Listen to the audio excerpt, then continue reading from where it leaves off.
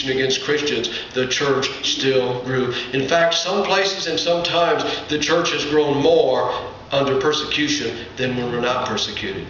When we have it easy, we just tend to relax and take for granted what we have. But when Christians are suffering persecution, they're going to be true, or else they're going to turn away and not be Christians at all. They're not going to serve God. They're not going to pretend to be Christians when it requires possibly their own life. Missionaries who had served in Cuba, Christians who had been in Cuba, told about going to Bible studies and worship services there. And they said one of the most amazing things in that communist country was that when you went to any gathering of Christians, there were no pretenders there. There weren't people there that were half-hearted. He said there was something about it when you gathered with those people, because they suffered persecution, because they counted the cost to become Christians, and because they paid a great cost to be disciples of Jesus, that those people, when they gathered together, everyone in the group was a devout Christian, because it costs something to be a Christian. But here, we can go to church on Sunday morning, forget about God the rest of the week. Nobody's going to bother us, unless the preacher calls and says he missed you when you're not here. But other than that, the state's not going to bother you, at least not now. There may come a time when the government tells us we can't preach the gospel and we can't do certain things, and we're losing some of the freedoms we've had. But people in other countries suffer to serve the Lord. And do you know that in the last 100 years or so, more people have died for their faith, more people have been martyred than in previous hundreds of years? We tend to think in the first century that's when so many people died for their faith. But in recent years, in the last 100 years or so, and even today, people are dying for their faith. You heard the testimony of the young woman on the DVD that we showed just a few minutes ago. She said, in my country, we suffer for being persecuted, or for being Christians. We're persecuted for being Christians. We can't just openly serve God. We can't just openly talk about our faith. There are lots of places in the world where it's that way. And so, God calls men and women to go to other lands with the good news of the gospel. And then, people need to hear the gospel in order to be saved. They have to hear the gospel in order to be saved. They're lost in sin and will go to hell without Christ, but they need to hear the gospel in order to be saved. William Carey was once reproached, ridiculed for spending so much time in prayer that he neglected his business. He replied that supplication, thanksgiving, and intercession were much more important in his life than laying up treasures on earth. Prayer is my real business, he said. Cobbling shoes is a sideline. It just helps me pay expenses. And the Lord honored Carey's vigorous faith, for he became a renowned missionary and was mightily used by God in India, Burma, and the East Indies.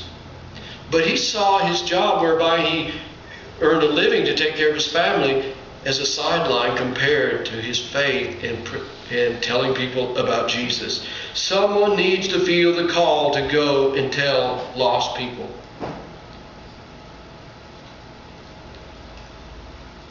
Are you willing to pray for young people today to be called to be missionaries? If you have little children, would you be willing for God to call them to be missionaries? When I was 15 or 16 years of age, or 17, I don't remember the exact age I was, and God began to speak to my heart about being a minister of the gospel. When I began to hear God's call and began to know that I was to preach the gospel, and my parents never tried to do anything to prevent me from becoming a preacher. They were happy that I felt God's call. But I'm sure they didn't know that I would never live very close to them and would be far from them most of my life. My dad has now gone to be with the Lord. And my mother's in a nursing home, and I see her about once a year. But that's part of the cost of obeying the call. If you have children or grandchildren, would you be more worried about being able to be close to them and making sure that they didn't go somewhere else? Or would you be willing to say to God, if you call them, they have my blessing to go?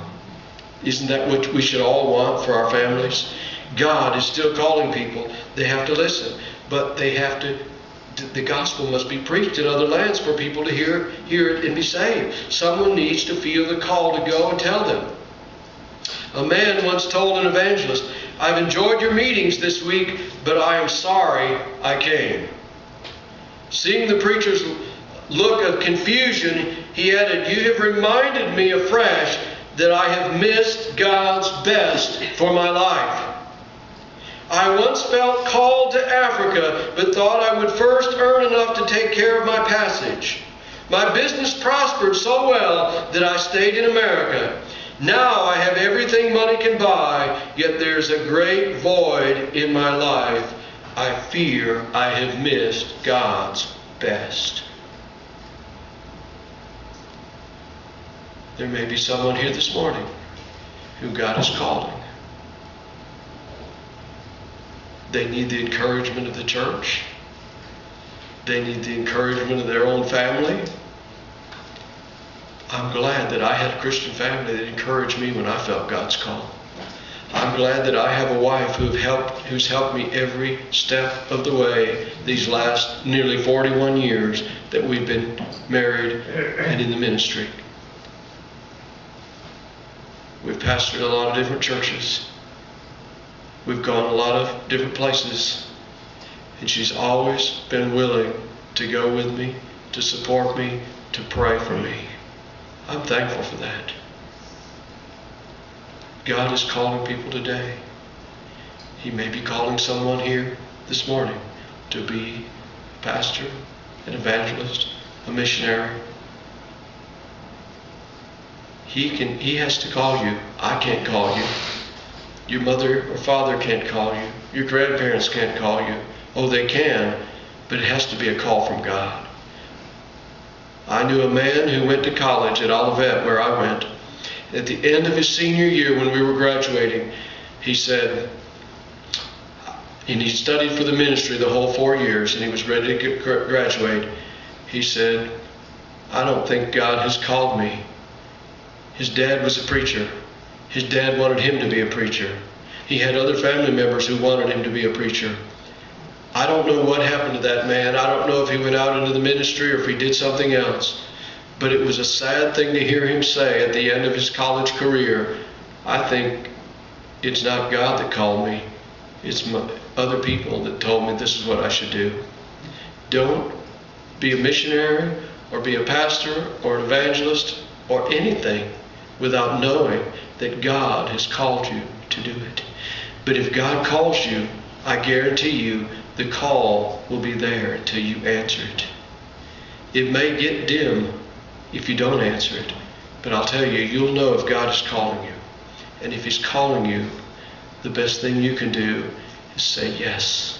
We sing a little chorus that says, "Yes, Lord, yes. I'll say yes, Lord, yes, to your will and to your way. I'll say yes, Lord, yes." And it says, I'll obey. I'll follow the Lord. I'll do what He wants me to do. Now, most people here this morning are not going to get a call to be a missionary. But you can support missionaries. You can make a faith promise. You can pray. You can give. You can be willing to do whatever you can do to encourage others who are called. And I want us, as we close this part of the service this morning, to just bow our heads for a moment and pray and ask the Lord to show us His will.